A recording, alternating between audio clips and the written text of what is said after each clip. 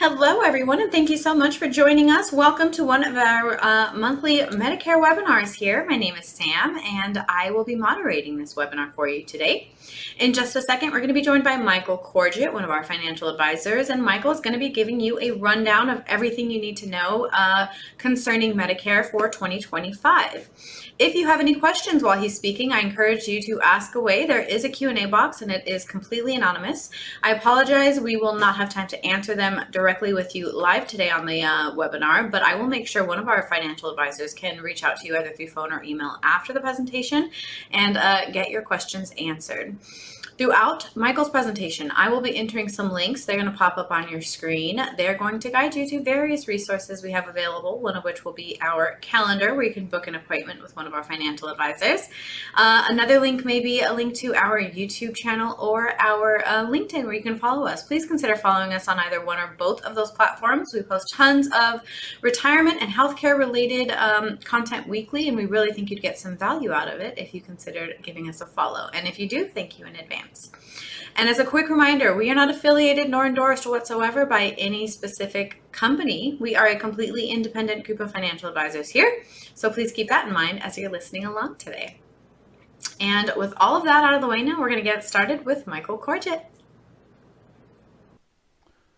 Thank you, Sam, and thank you everyone for joining us today. I know I really appreciate it. Today's webinar is about Medicare. This is basically the government's insurance program for the elderly. You essentially it becomes available to most of us when we turn 65. So we're going to talk a bit about Medicare and some of the updates on Medicare. We'll compare Medicare to Medicaid, and we'll also talk about Medicare supplemental and Medicare Advantage insurance plans, which can supplement and or replace Medicare coverage. Medicare is the government's insurance program. It's health insurance for people at the age of 65 or older, or certain people under the age of 65 if they are currently collecting Social Security disability benefits, and or an individual that has end-stage renal disease. Enrollment for Medicare usually starts 3 months prior to your 65th birthday. Enrollment is done automatically for people who are currently getting Social Security. So if you started your Social Security at 62 or 3 or 4, you will be enrolled automatically. And or if you've been getting disability benefits for 24 months. Now Medicare, it doesn't change other than some of the out-of-pocket costs are concerned, but there are things that you're going to want to know about when it comes to supplemental and or Advantage plans, which I'll talk about here in a few minutes. What does Medicare guarantee? Well, it guarantees access to medical care here in the United States. Essentially, if a doctor and or a hospital accepts Medicare, you are guaranteed that that doctor and or hospital, whatever the costs are, will be covered by Medicare. And Part A for hospitalization has certain co-payments. Part B has certain co-insurance, and that's medical insurance, which is primarily doctor's visits and so on. It is a standardized benefit program. Everybody gets the same program. There's not different plans for different ages or different people in different states. It is a standardized program. It does protect you against catastrophic expenses. That's one of the main ideas behind Medicare. And there is no denial for pre-existing conditions with Medicare. Once you turn 65, if you have any health issues, they will be covered by Medicare, subject to some potential out-of-pockets expenses, which Medicare does have those as well. So these are the pluses. What does Medicare not cover? Well, it doesn't offer full coverage. There is a co-insurance level for Part B benefits. Medicare will pay 80%, and you will have to pay 20%, and there is no cap on that 20%. So your out-of-pocket could add up. It could add up to a significant amount of money depending on how much you use Medicare. Medicare does not cover long-term care expenses, nursing home expenses. It does cover rehabilitation benefits in a nursing home for a certain number of days, but long-term care is not covered. There's no limit on out-of-pocket costs as well. There is a cap, thankfully, on the Part D, which is the prescription drug program, where you have a deductible, and then you've got coverage, and then you've got what's called the donut hole, and then there's a cap. So you do have a light at the end of the tunnel as far as your Part D expenses might be, and it doesn't cover non-essential services like cosmetic surgery, going to the dentist's office, hearing aids, these sorts of things. It is primarily the government's medical insurance program. I talked a little bit about Part A is the hospitalization insurance, covers hospital stays, skilled nursing. Again, this is after a hospital stay, hospice, home health care, and most people pay no premium for Part A coverage.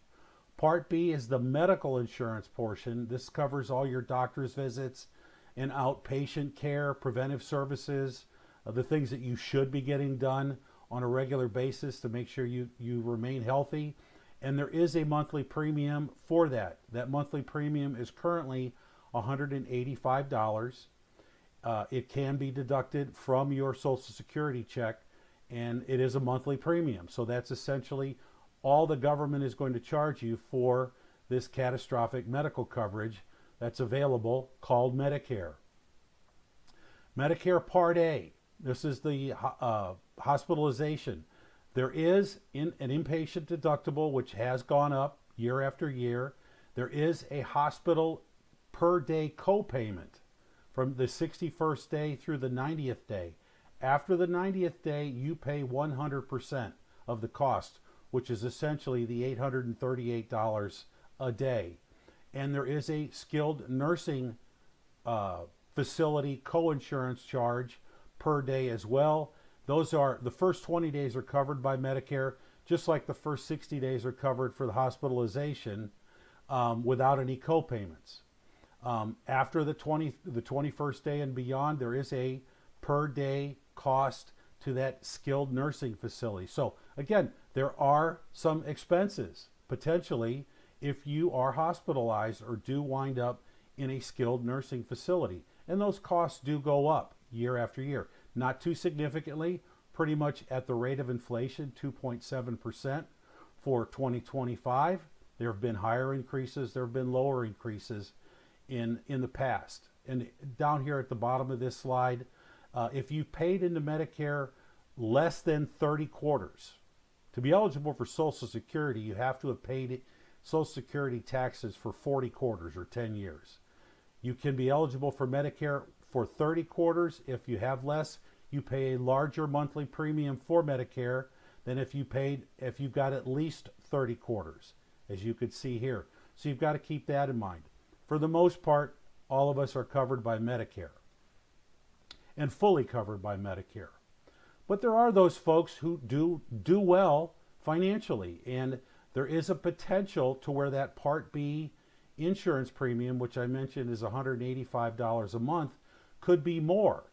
If you're a married couple and you earn more than $212,000 jointly or $106,000 individually, you can be charged an additional premium known as IRMA, the Income-Related Monthly Adjustment Amount. Just remember IRMA.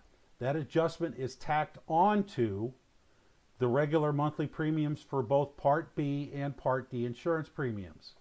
And what you see here in this table is moving forward above the levels that I just talked about. A married couple, if a married couple was earning, let's just say, $350,000 a year, their Part B premium per person, husband and wife, would be $480.90 a month. So there is an expense for being successful and earning a good living. Now there are options, and there is an ability to get waivers of these premiums, especially if you're just starting Medicare and you did well financially prior to going on Medicare. There's no guarantees, but there are options, and you will want to talk to the Medicare folks about those options. Here's an example of someone who's on Medicare and has a spouse who's not eligible for Medicare yet, but their income is under the $212,000 threshold. Bob, his total insurance premium is going to be Part B, the $185. He's got no cost for Part A, but Bob has chosen to also get a Medicare supplemental insurance plan and a Part D insurance, which is prescription drugs, insurance plan. So he's spending a total out of pocket of $312 a month. The supplemental insurance plan is insurance that layers on top of Medicare. It is a separate insurance policy issued by a company like Cigna or United Healthcare or Blue Cross and Blue Shield. And these policies will typically cover many of those out-of-pockets and those deductibles and that co-insurance that Medicare does not cover. There are different levels of supplemental coverage, and there's obviously different premiums. The more coverage you ask for, the higher the premium. His wife Jane, on the other hand, the only option that she has is to go through the the healthcare exchange, or what's joyfully called Obamacare many times. And she gets a mid-level PPO program, a silver plan with Blue Cross and Blue Shield, and that premium is $1,200 a month. It is very expensive to buy health insurance on your own if you're getting it outside of an employer-paid plan. But in this case, Bob's family is going to spend a little more than $1,500 a month in premiums before he or she gets any coverages moving forward. And let's talk about Medicare supplemental plans versus what's called Part C or Medicare Advantage plans. Medicare supplemental plans or Medigap plans are supplemental insurance policies.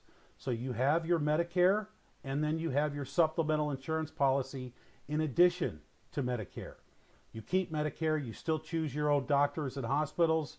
You have some premiums for this insurance, but it does eliminate a lot of these out-of-pocket expenses that I mentioned earlier. Those premiums could average anywhere from as low as $90 a month to $200 and possibly more a month. It would cover all routine services. You would get coverage anywhere in the United States, which Medicare is accepted all over the country. And that insurance is guaranteed to be renewable and benefits will never change. That is a key that I want to make sure I point out. If you do get a Medicare supplemental insurance plan, you are guaranteed the coverage. You have no pre-existing conditions. There is nothing that can be limited by your Medigap insurance carrier if that's what you get to start with. Now the other option is Part C or Medicare Advantage. This is a Medicare replacement program. It is also with an insurance company. They typically don't have any monthly premium or very small monthly premiums. They typically cover all of those out-of-pocket expenses, those per day expenses that I mentioned earlier as well. One of the biggest issues is you have to use their doctors and hospitals. So they have their own networks of doctors and hospitals, and you need to stay within that network. If you choose to go to a doctor or a hospital outside the network, you're going to pay 100% of the bill. So Medicare Advantage insurance companies are many of the same that I've mentioned. I mentioned Cigna, United Healthcare, and Anthem Blue Cross and Blue Shield. Many of them offer both. Medicare Advantage is less out of pocket and typically very good coverage long term at no premium out of pocket, but you've got to live within their framework, especially their doctors and hospitals. The one thing that you've got to be aware of when it comes to Advantage plans is if you choose to go to an Advantage plan and you become disenchanted with your Advantage carrier and Advantage plans in general, and you want to go back to a Medigap insurance policy, you will have to prove insurability. And if you do have to prove insurability, you could be denied for certain health issues that you have by that insurance company. That is guaranteed in the beginning, but leaving and coming back can be a problem. So please keep that in mind. Medicare Advantage plans do take the world by storm. That you see the commercials for them all the time, especially in the last couple of months of the year. But many of these insurance companies are beginning to see the facts that they are spending too much money They're providing too many benefits, and they're going to have to either cut back on those benefits or start to charge more premiums. So please keep that in mind. And where you live can matter as far as how much your health insurance costs you. The darkest blue states are the highest individual insurance premiums, and some of the lighter blue states are the lower insurance premiums. So New York, very expensive to buy health insurance, whereas in Colorado, not so much. You could see it might cost $955 a month in West Virginia, but the state right next door in Maryland, it only costs half that. So again, what states you live in and the carriers and the doctors and the networks that are in those states, it does matter.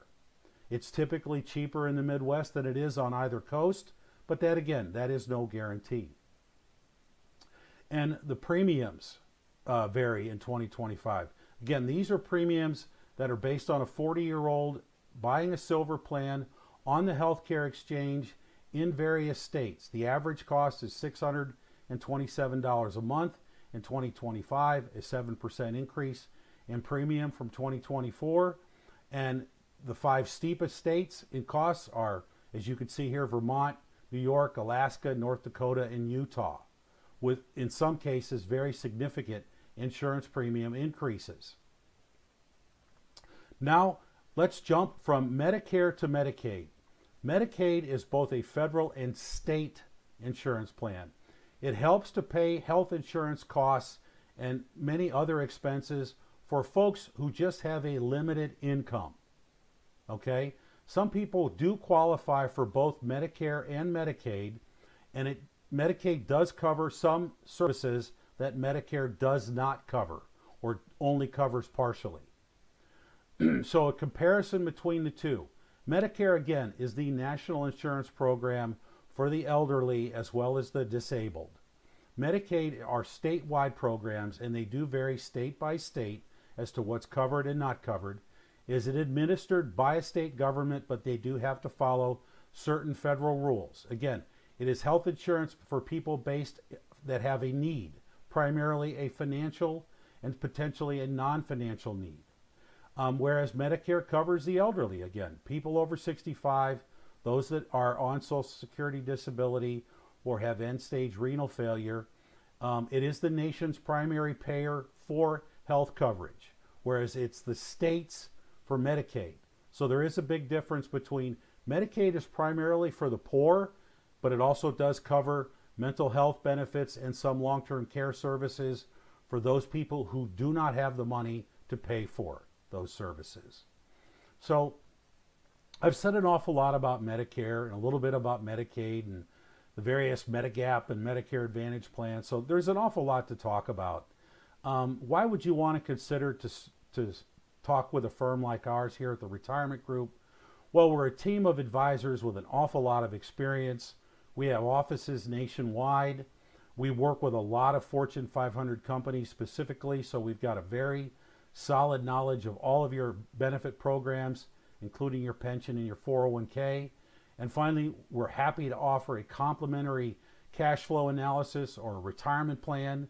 All you have to do is ask us for it. So take the opportunity to give our office a call or to send our office an email, and whatever questions you might have, go right ahead and ask them. If you scan the QR code here on the left, you could schedule a meeting with one of us, including myself. If you scan the code here on your right, you can follow us on LinkedIn, and we maintain a very robust LinkedIn page with a lot of resources tied to it, including our future webinar schedules. So give us a call, send us an email, schedule a meeting. You know, we look forward to hearing from you.